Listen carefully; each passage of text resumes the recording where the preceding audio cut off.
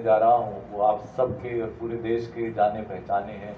मुक्ति बोध पर शोध करने वाले और जामिया में हिंदी के प्रोफेसर रहे और वर्तमान में ख्वाजा मोइनुद्दीन चिश्ती भाषा विश्वविद्यालय के आप विजिटिंग प्रोफेसर हैं।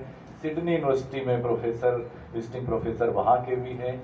और जितना उन्होंने हिंदी कविता को पूरी दुनिया में पहुँचाया है, उसी तरह से हिंदी को डिजिटल प्लेटफॉर्म पर लाने में भी उनकी बहुत बड़ी भूमिका है। बहुत सारी फिल्में बनाई और दूरदर्शन के और टेलीविजन चैनलों के सीरियल में लेखन किया, फिल्मों में लेखन किया।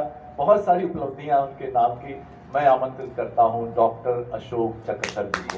आप स्वागत करें।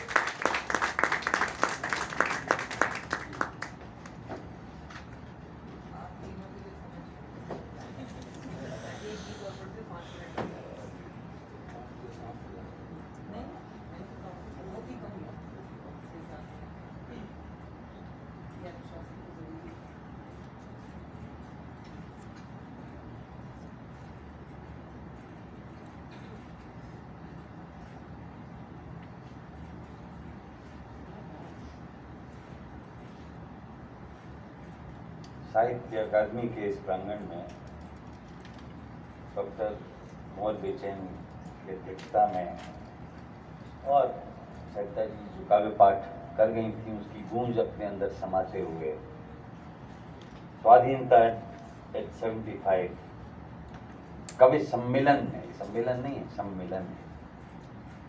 मैं बधाई देता हूँ आप सभी को इस अमृत महोत्सव में प्रवेश करने के अवसर पर। आज का ही दिन सरदार भगत सिंह, सुखदेव और राजगुरु के बलिदान का दिवस भी है। ये जो सौगात हमें स्वाधीनता की मिली है उसके अनेकानेक कारण रहे हैं, उसमें इन लोगों का बलिदान भी रेखांकित किया जाना चाहिए। आमतौर से होता ही है कवि सम्मेलन में हमें माला पहनाई जाती है और हम उसको पल दो पल धारण करके कंठ से उतार देते हैं, लेकिन ये जो सूत की माला है, तिरंगे सूत की माला, हम में से किसी ने उतारी नहीं है। मैं समझता हूँ कि इससे मूल्यवान माला हमें अभी तक नहीं पहनाई गई है, तो इस माला का मैं सम्मान करता हूँ। ये जो क्रांतिकारी थे कम उम्र में चले गए, विद्वान भी थे। मैंने भगत सिंह के बारे में काफ़ी कुछ पढ़ा है। बड़े ज्ञानी थे और साहित्य प्रेमी थे, अनेक भाषाओं का ज्ञान उनको था। उनके बारे में शहीद नाम की फिल्म जब देखी थी तो रोमांचित हो गया था। फिर मैंने एक किताब पढ़ी, संस्मृतियाँ, वो क्रांतिकारी शिव वर्मा की पुस्तक थी। श्री कृष्ण सरल की पुस्तक पढ़ी, राजशेखर व्यास की भी पुस्तक पढ़ी। तो वो इत्मीनान से, और बहुत ज़्यादा बात करने का समय होगा तो मैं आपको बताऊंगा, लेकिन शिव वर्मा के बारे में मैं इसलिए कहना चाहता हूं कि वो संदर्भ मेरी कविता जो मैं सुनाने वाला हूं उससे जुड़ता है।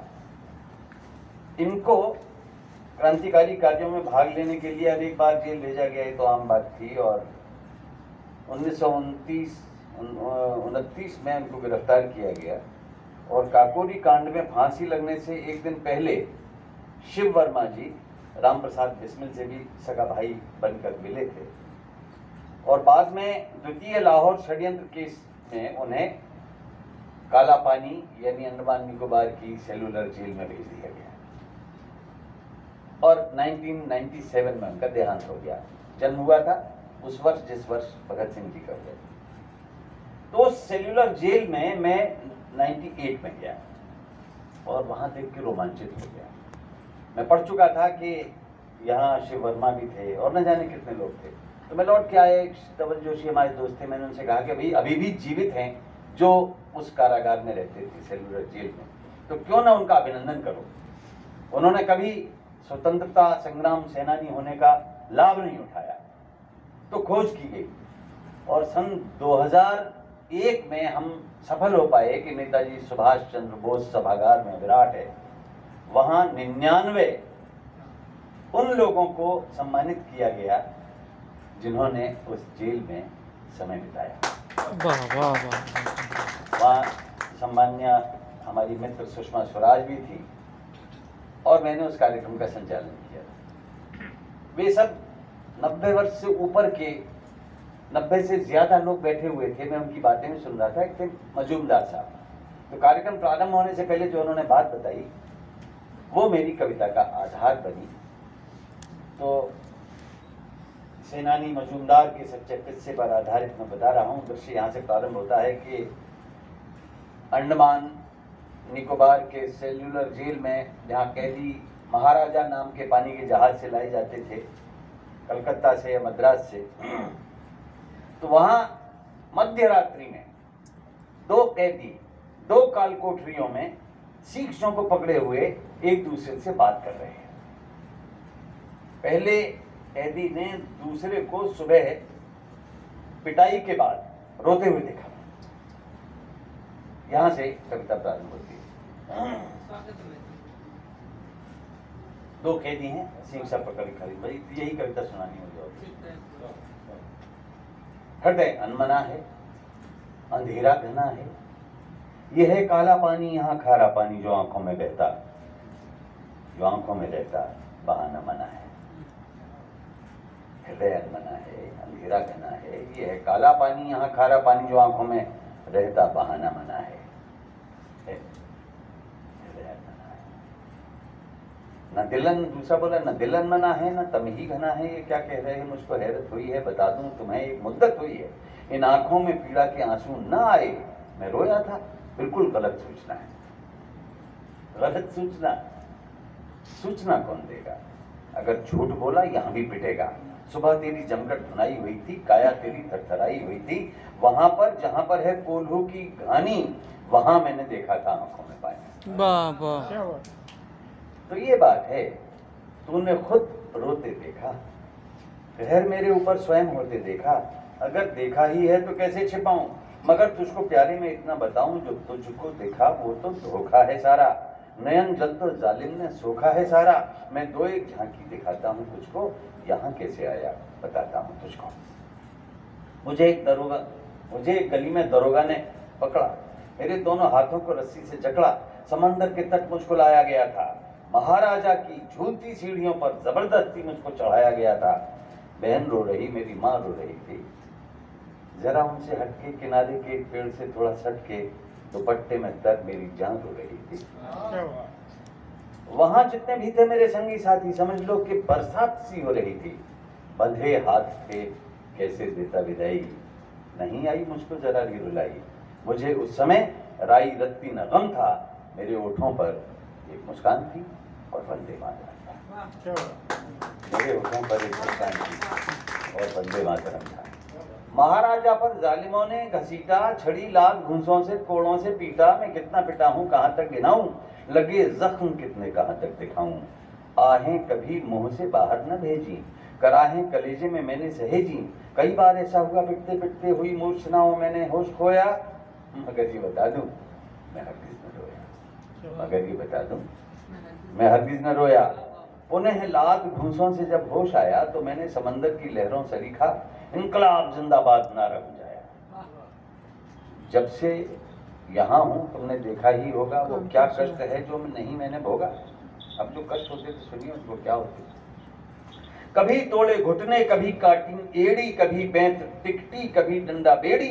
ये सब जुल्म जंजीर दह की सलाखें, ये जंगल के विषधर, ये बिच्छू, ये जौंके, ये तसला, ये कस्सी, ये फांसी की रस्सी, ये सारी की सारी कयामत की चीजें मेरे वास्ते ही बनी हैं।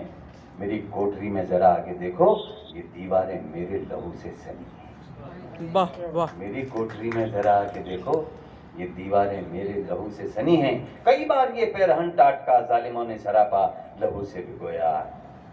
मगर ये बता दूं मैं हरगिज न रोया। मगर ये बता दूं मैं हरगिज न रोया।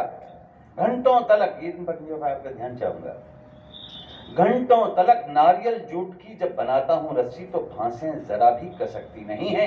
हाथों से टपके लहू चाहे जितना मगर पास पीड़ा भटकती नहीं है। यूं पटता हूँ रस्सी तो लगता है मुझको नया एक मजहब गठित कर रहा हूँ। रेशे में रेशे मिला अपने भारत के सब धर्म में संगठित कर रहा हूँ।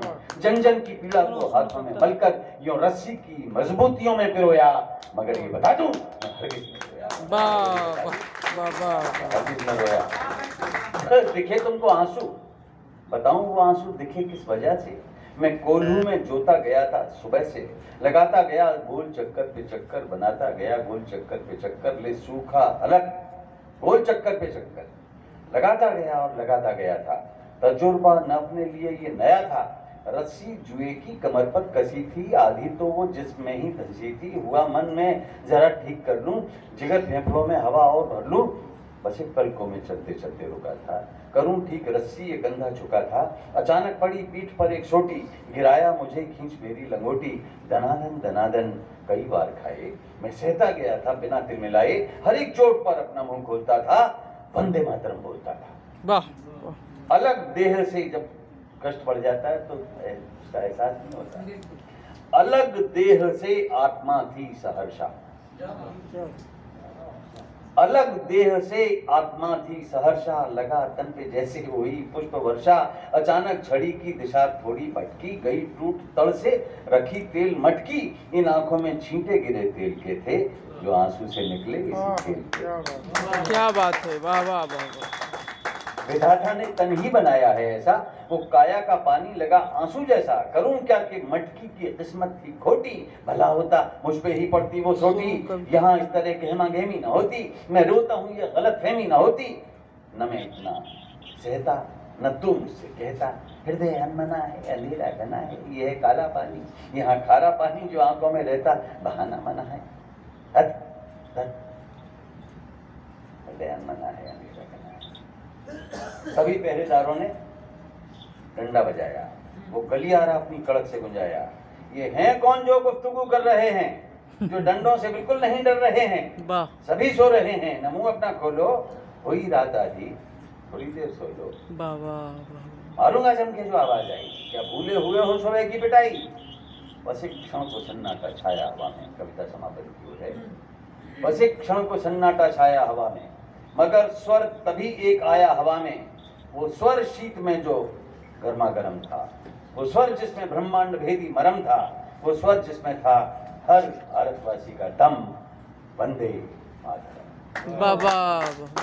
चुप हो जाओ, पहरेदार चिल्लाए। अब की बार दो स्वर आए, 700 कोठरियां थी उसमें। अब की बार दो स्वर आए, वंदे मातरम। पहरेदार कोठरियों की ओर भागे, गलियारे में 50 स्वर जागे, वंदे मातरम। अब तो पहरेदारों को कुछ भी न सूझे, गलियारे में 100 कंठ गूंजे, वंदे मातरम। अब इधर से उधर से ब्रिटिश शासन पर गिरने लगी गाजें।